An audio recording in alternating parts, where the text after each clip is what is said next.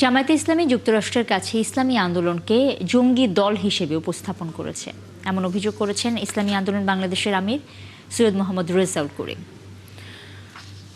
রাষ্ট্র পরিচালনার প্রতিটি ক্ষেত্রে শরিয়া আইনকে প্রাধান্য দিয়ে দলের ৩০ দফা নির্বাচনী ইশতেহারও ঘোষণা করেছেন তিনি।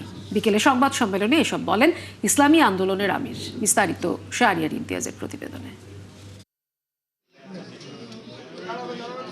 নির্বাচনী ইশতেহার ঘোষণা করতেই রাজধানীতে দলের কেন্দ্রীয় কার্যালয়ে এই সংবাদ সম্মেলন করে ইসলামী আন্দোলন বাংলাদেশ।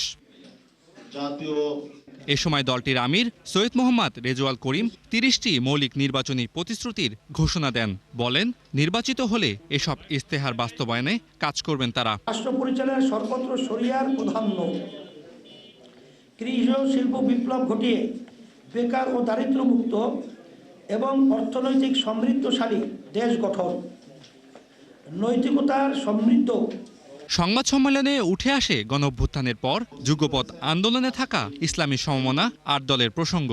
এ সময় জামায়াতের বিরুদ্ধে দেশ এবং ইসলাম বিরোধী অবস্থানের অভিযোগ তোলেন তিনি। যেখানে ইসলাম নাই, যেখানে দেশের স্বার্থ নাই, যেখানে এক কথায় নিজেদের ভিতরে সৌহার্দ্যতা নাই, যেখানে নিজেদের ভিতরে সৌহার্দ্যতা না থাকে, তাদের সাথে থাকলে সেখানে জাতি ধোঁকা খাবে, বাংলাদেশের মানুষ ধোঁকায় পড়বে।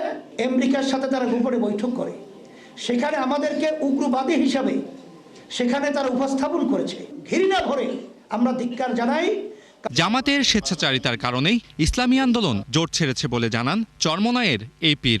এটা জোটের রূপে একটা পর্যায়ে একটা শ্রেণী একটা দল নিয়ে গেছে। শাহরিয়ার ইমতিয়াজ, ৭১, ঢাকা।